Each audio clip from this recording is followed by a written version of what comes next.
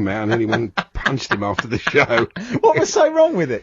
Because he's a brilliant broadcaster, Johnny, but he's so undisciplined. It was just such a... It didn't fit our show at all, and I was trying to sort of steer it in its normal course, and he was just sitting with his feet on the desk like a 10-year-old sulking. I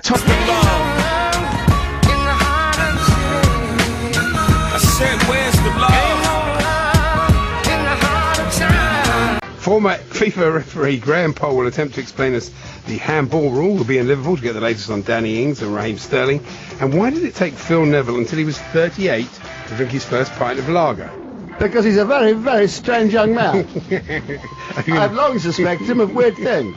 His father's called Neville, you know. He is. So, Johnny, welcome. Thank you very much. Lovely to be here. I'm a massive fan of this show, and I always consider it to be... well, it's the big show, isn't it? Well, you know.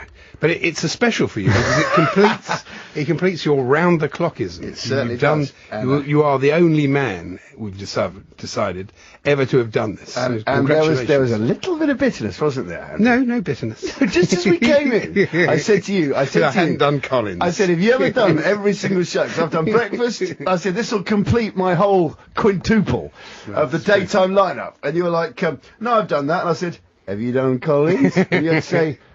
No, I haven't done Collins. Have you done 7 till 10 Sunday morning, the Fisherman's Blues? No, we're not talking... Well, no, you know... No, unless you've done...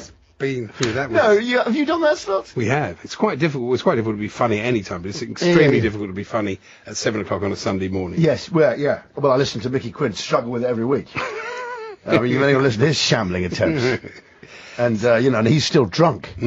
Anyway, can we keep a constant count on the fluctuations there? We should. I don't appear on television very much for obvious reasons. Yeah, neither do I. And yes, well that's true. But you used to. You were on massively. I know, but I only like live. Oh, you only like live. I'm a live man. You're a live man. But on the game yesterday, where you avoid the score. Yeah. And had I known it was going to be a terrible 0-0, I actually couldn't decide whether I would have.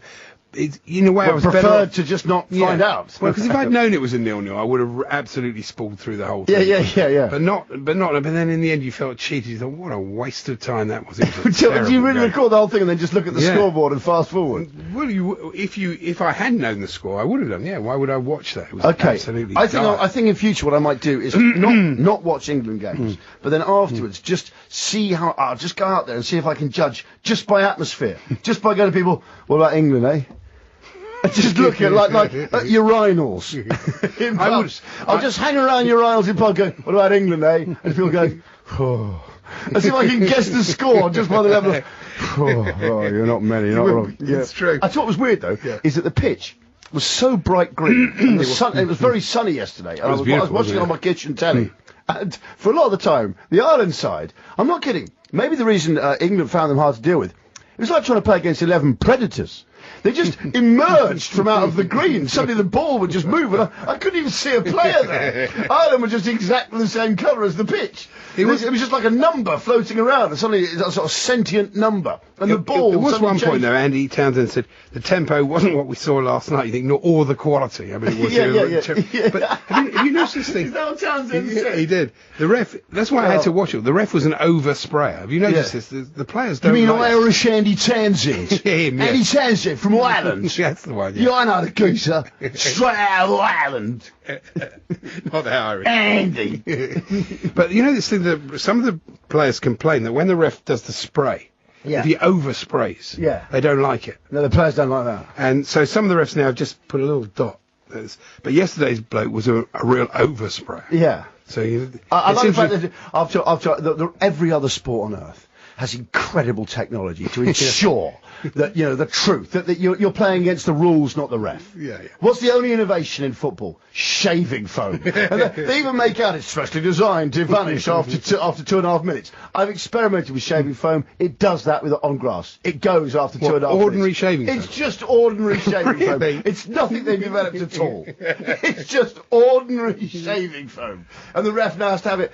The referee's sometimes you look at policemen and you think, God, how heavy is that belt? You have to lift that up every day.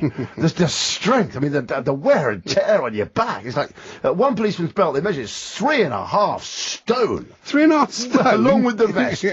But you sort of think these days, referees. Anyway, they were, Ireland did appear like the Predator and stuff. They were, on my TV, they were the same colour as the pitch. I think, again, they didn't discuss that. I always think with Andy Townsend sometimes when he used to appear on telly with Terry Venables, you used to get those weird moments when any second, because they sort of started to look similar and talk similar. Any second, I was really hoping Andy Townsend would go, "Ain't that right, Dad?" and literally Terry Venables would suddenly go, "Shut up, Andy." He's going, "What?" He's going, "Sorry." He goes, "I'm not your dad. What are you talking about?" What? It was like a really odd moment where suddenly it was revealed that Andy Townsend is. Sorry, okay, it's Terry's son. A bit like Dick Emery. Dad? It's unlikely. I think I've done it wrong again. Okay, but did you notice also in the Champions League on Saturday night the effort that Platini put into giving out the medals? I don't know if you stayed with it to that point. I didn't. I was a bit cheesed off. It was a bit odd. I mean, you think maybe he was annoyed because he used to play for Juve that they hadn't won, but he almost was he was almost throwing it. Was he throwing it at Throwing the medal. That'd be much better. Like hoopla. From a distance. That's all the losers get. You just throw it. You've got to try and get your head into the you got to try and work. Unless all 11 can do it, you don't get to win the trophy. I like the fact they were I always like, there's nothing I like more than the live engraving. You suddenly see a guy whose regular job, he works down a heel bar. You sort of think, does he also do does he do the soles and players' shoes as well? He does medals like that and keys. You see one player just drop his keys down and go, "Can I keep 2 copies of those as well, please?" I need a back door, that is.